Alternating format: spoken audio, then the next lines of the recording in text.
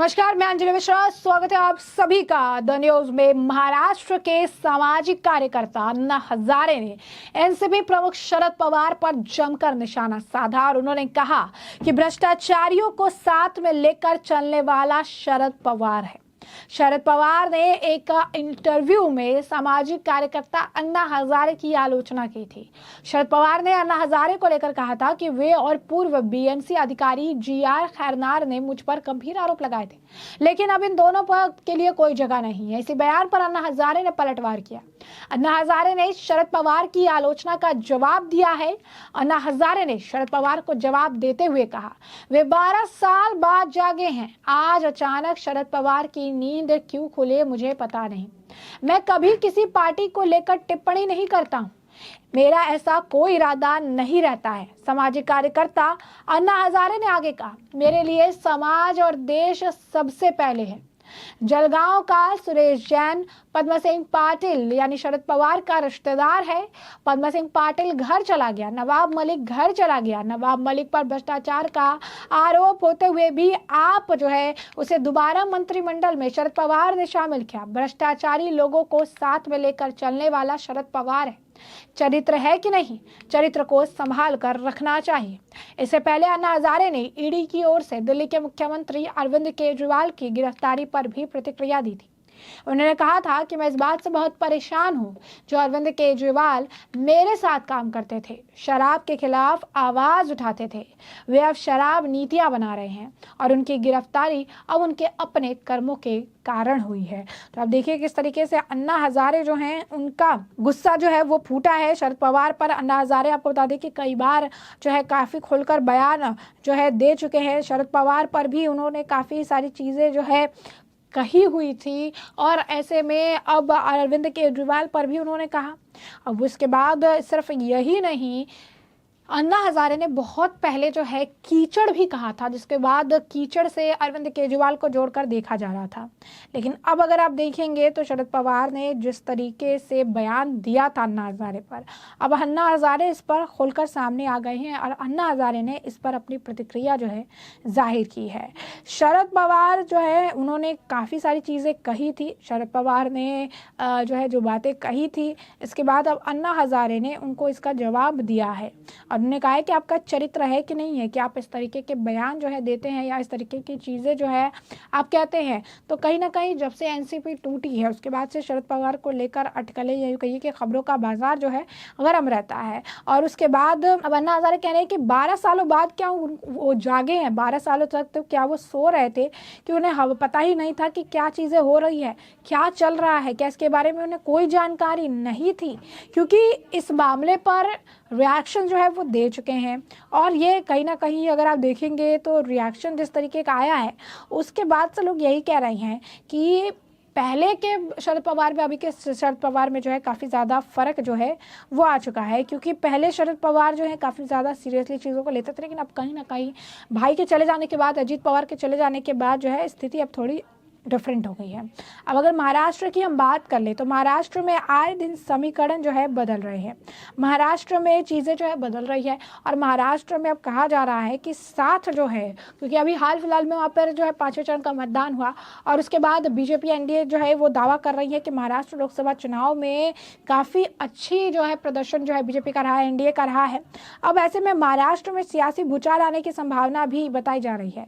राजनीतिक दलों की तैयारी भी अगर नजर डाले, आपको बता दें कि महाराष्ट्र में लोकसभा चुनाव खत्म होने के बाद भी सियासी दल 4 जून का इंतजार कर रही है, क्योंकि चुनाव नतीजे आने के बाद राज्य की राजनीति में भूचाल आने का अनुसार एक बार अनुमान फिर से है। उसे देखते हुए आने वाले दिनों में सभी राजनीतिक दलों के प्रमुख नेताओं ने के साथ बैठक बुलाई है ताकि सीटें ज्यादा या कम मिलने के बाद रणनीति बनाई जा सके। महाराष्ट्र के लोकसभा चुनाव ऐसे समय हुआ जब शिवसेना और एनसीपी टूट गई और कांग्रेस के जो दिग्गज नेता उन्होंने दल बदल किया। बीजेपी ताकतवर बनकर उभरी, लेकिन क्या चुनाव नतीजे उसके फेरबदल में आएंगे, क्या कितनी सीटें वो जीतेंगे? प्रशांत किशोर की माने तो ज्यादा कुछ नुकसान सीटों का उन्हें नहीं होगा। अगर आपको बता दें कि राजनीतिक भविष्य खतरे में अगर इनका पड़ता है तो महाविकास आघाड़ी के घटक दल उद्धव सेना, कांग्रेस और शरद पवार के एनसीपी के भविष्य भी दांव पर लग सकता है। 35 सीटों पर लड़ना चाहती थी बीजेपी। आपको बता दें पिछले लोकसभा चुनाव बीजेपी और शिवसेना ने मिलकर लड़ा था। बीजेपी ने 23 सीटें जीती थी और शिवसेना ने 18 सीटों पर बाजी मारी। इस बार बीजेपी 28 सीटों पर चुनाव लड़ रही है। सर्वे का हवाला देते हुए बीजेपी ने 35 सीटों पर चुनाव लड़ना चाहती थी, लेकिन उनकी सहयोगी पार्टी शिंदे सेना जो है वो नहीं मानी। अगर सेना की सीटें कम आई तो बीजेपी निश्चित ही सीएम शिंदे को विलन ठहराएगी। अगर ज्यादा सीटें जीती तो श्री देवेंद्र फडणवीस लूट ले जाएंगे। बीजेपी की खुद की सीटें कम आने पर फडणवीस के विरोधी सक्रिय हो जाएंगे और आने वाले विधानसभा चुनाव में उसकी डगर कठिन हो जाएगी। दिल्ली में भी फडणवीस का राजनीतिक वजन कम होगा। फडणवीस के राजनीतिक करियर के लिए लोकसभा चुनाव भी काफी ज्यादा महत्वपूर्ण है, क्योंकि एक बड़ा, अगर आप कहेंगे कि फडणवीस का नाम तब से काफी ज्यादा कहा जा रहा था कि फडणवीस ने एक बहुत बड़ा जो है योगदान दिया, एक बहुत बड़ा सैक्रिफाइस किया, उन्होंने सीएम की कुर्सी छोड़ दी और एकनाथ शिंदे को सीएम बनने का मौका दिया। अब एनसीपी में अगर अजित पवार की कम सीटें आई तो उनकी पार्टी में बड़ी फूट से इनकार नहीं किया जा सकता, और ऐसे में शरद पवार की सीटें कम आई तो उनकी पार्टी को छोड़ने वालों की संख्या अब तेजी से बढ़ जाएगी। दोनों की प्रतिष्ठा बारामती सीट पर लगी है। सुप्रिया सुले और सुनेत्र पवार बारामती सीट से उम्मीदवार है और एनसीपी के लिए चुनाव नतीजे बहुत मायने रखते हैं। शरद की पार्टी 10 सीटों पर चुनाव लड़ रही है, जबकि अजित पवार की पार्टी सिर्फ 4 सीटें जो है उन्हें मिली। अब उद्धव को इससे लाभ हानि का तो बात अगर आप कहेंगे कि बाद में आएगी, लेकिन शरद पवार के लिए इस वक्त जुबानी तीर जो है वो लगातार जो है चल रही हैं।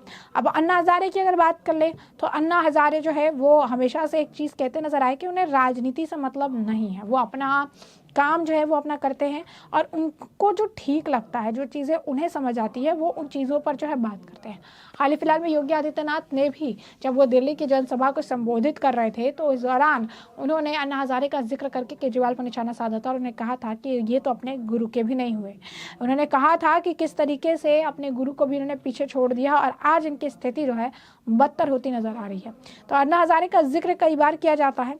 अन्ना हजारे जो है काफ़ी सारी चीज़ें कहते रहते हैं और यही नहीं, आपको बता दें कि अन्ना हजारे ने ये बात भी बहुत पहले कही थी कि जिनके पीछे ईडी पड़ी है उन नेताओं को वोट ही ना दे। जी हाँ, बिल्कुल सही सुना आपने। आपको बता दें कि अन्ना हजारे ने हाल ही फिलहाल में अपने वोटर से जो है अपील भी की थी कि देश की चाबी सही हाथों में दी जानी चाहिए, वरना यह देश नहीं बचेगा। उन्होंने कहा था कि सही प्रत्याशी का चुनाव करो और उन लोगों को ना चुने जिसके पीछे ईडी लगी हुई है। अन्ना हजारे ने कहा था कि लोकतंत्र एक बहुत ही बड़ा उत्सव मनाया जाता है और सभी को इसमें सितारी निभानी चाहिए। अन्ना हजारे ने यह भी कहा था कि चरित्रवान और ईमानदार व्यक्ति के पक्ष में मतदान करना चाहिए। उन्होंने कहा था कि देश की चाबी केवल वोटर्स के ही हाथों में होती है और इसे सही हाथों में देकर सही तरीके से चुना जाना चाहिए। अन्ना हजारे ने केजरीवाल को लेकर भी कहा था कि जिनकी छवि बिल्कुल साफ है ऐसे ही उम्मीदवार को चुने, उन लोगों को बिल्कुल भी ना चुने जिनके पीछे ईडी की टीम लगी हुई है। अन्ना ने केजरीवाल को टारगेट करते हुए कहा था कि मैं दिल्ली के शराब घोटाले में अरविंद केजरीवाल के नाम आने की कड़ी आलोचना करता हूं। उन्होंने भ्रष्टाचार इस वजह से किया क्योंकि वह शराब की लत से डूबे हुए थे। ऐसे लोगों को दोबारा से नहीं चुना जाना चाहिए। बता दें कि अन्ना हजारे से पहले भी कई मौके पर केजरीवाल पर निशाना साध चुके हैं और ऐसे में आपको बता दें कि 2011 में लोकपाल बिल के लिए अन्ना हजारे ने एंटी करप्शन आंदोलन में आम आदमी पार्टी के मुखिया ने जो है महत्वपूर्ण भूमिका अदा की। हालांकि बाद में केजरीवाल ने अलग रास्ता अख्तियार करते हुए अपनी राजनीतिक पार्टी बना ली और इसके बाद से ही केजरीवाल के लिए दिल्ली विधानसभा चुनाव में जीत हासिल कर अपनी सरकार बनाई और मुख्यमंत्री बने, जिसके बाद अन्ना हजारे और सीएम केजरीवाल की राहें जुदा हो गई। बता दें कि अन्ना हजारे पहले भी शराब घोटाले को लेकर केजरीवाल पर हमला बोल चुके थे, क्योंकि इंडी गठबंधन का हिस्सा शरद पवार भी है, कांग्रेस भी है। अब अन्ना हजारे जो है वो खुलकर सामने आए और अन्ना हजारे ने ये बात कह दी है कि भ्रष्टाचारियों को साथ में लेकर चलते हैं, क्या इनका थोड़ा भी चरित्र बचा हुआ है? तो ऐसे में हमने आपको जो पूरा मामला है ये बड़े विस्तार से बताया कि पूरा मामला क्या है और इस मामले पर अब आपकी भी जो राय हो हमें कॉमेंट सेक्शन में कॉमेंट करके जरूर से जरूर साझा करिएगा। धन्यवाद।